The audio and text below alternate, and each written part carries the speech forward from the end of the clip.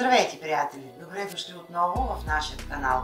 Ще направим едно пандишпаново руло със сладко от сини сливи. И нека да започваме!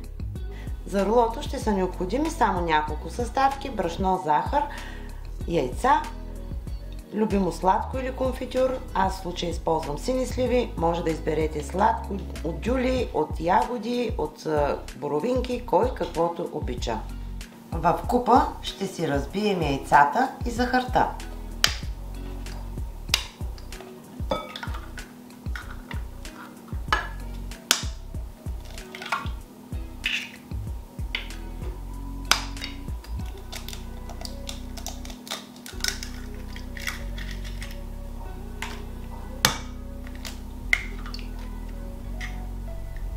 Прибавям захарта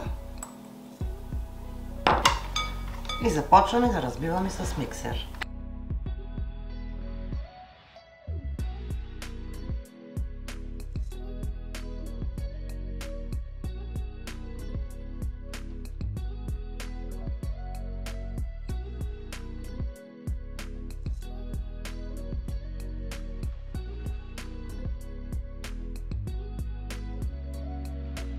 Сместа от яйца и захар е готова, когато почти удвои обема си, стане пухкава.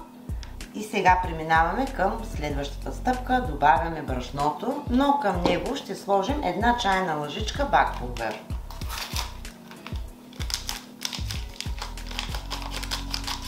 Използвам една втора пакетче от 10 грама. Смесваме двете съставки и добавяме в сместа от яйца и захар. И за аромат ще сложим малко ванилова есенция.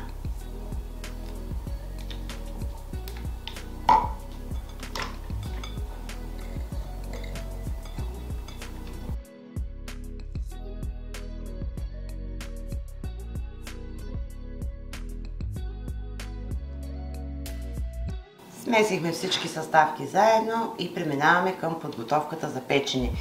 Използвам по-широка тава, послана с хартия. Изсипваме сместа вътре.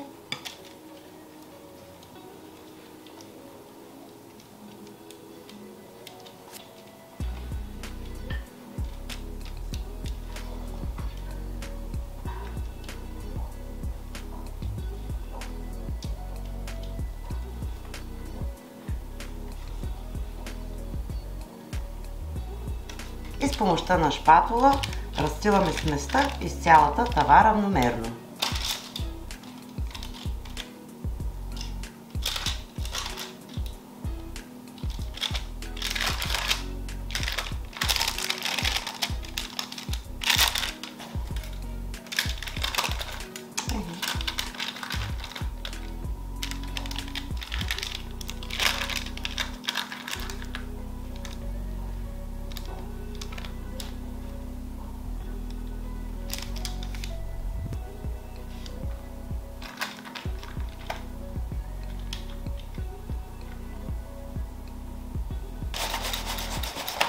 Пръскаме няколко пъти самата тава, за да се разпредели, и печем във фурна на 180 градуса за 13-14 минути.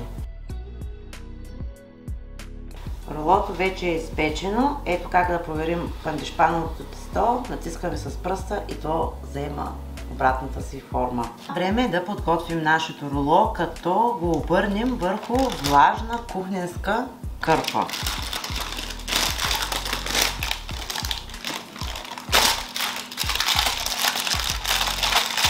Извлекаме хартията.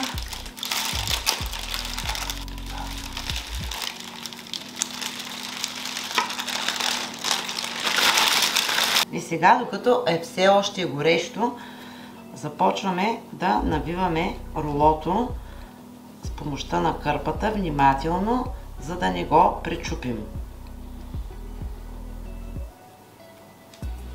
Ето така.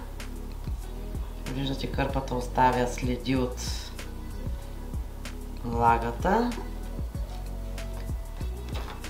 Оставяме така рулото, докато започне да изстива. Не напълно, а трябва да бъде охладено. Рулото вече поизстина и ще преминем към намазването със сладко.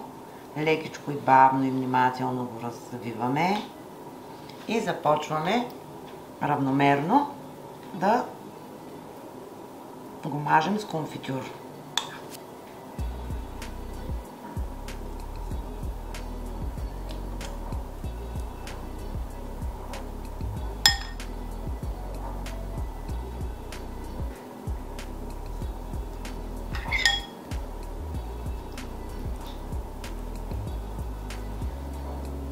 Сега пак с помощта на кърпата започваме навиването, като гледаме да бъде стегнато.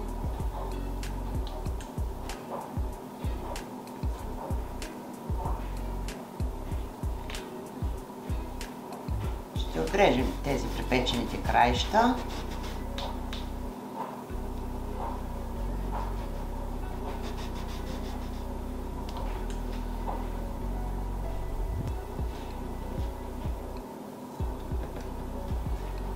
Можем да сервираме поръсено с пудра захар.